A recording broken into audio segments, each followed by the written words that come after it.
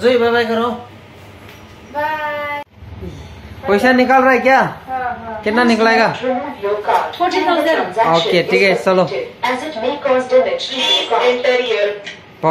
Speaker तो बहुत loud है रे। अभी 10,000 निकला। 10,000 ना? लगता है कैश नहीं है इसमें। स्पीकर तो बहुत लाउड है रे। लाउड है।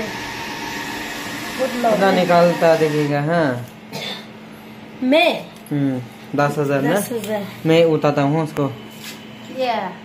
वाओ। देखो 10,000।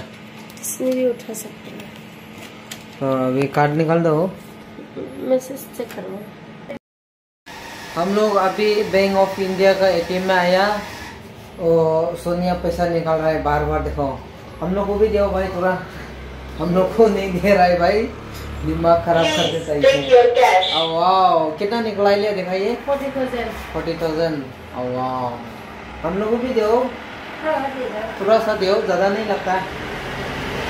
फर्स्ट टाइम हम लोग आया ये बैंक ऑफ इंडिया का एटीएम में, बहुत अच्छा लगा है।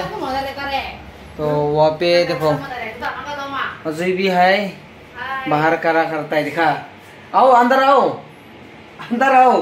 तो सोनिया पैसा कितना निकाल दिया? 40,000। तो अभी हम लोग अभी निकल जाएगा ना? हाँ। अच्छा ठीक है चलो। चलो तो हम लोग रात का टाइम में आया, पैसा निकल लिया, अभी निकल जाएगा।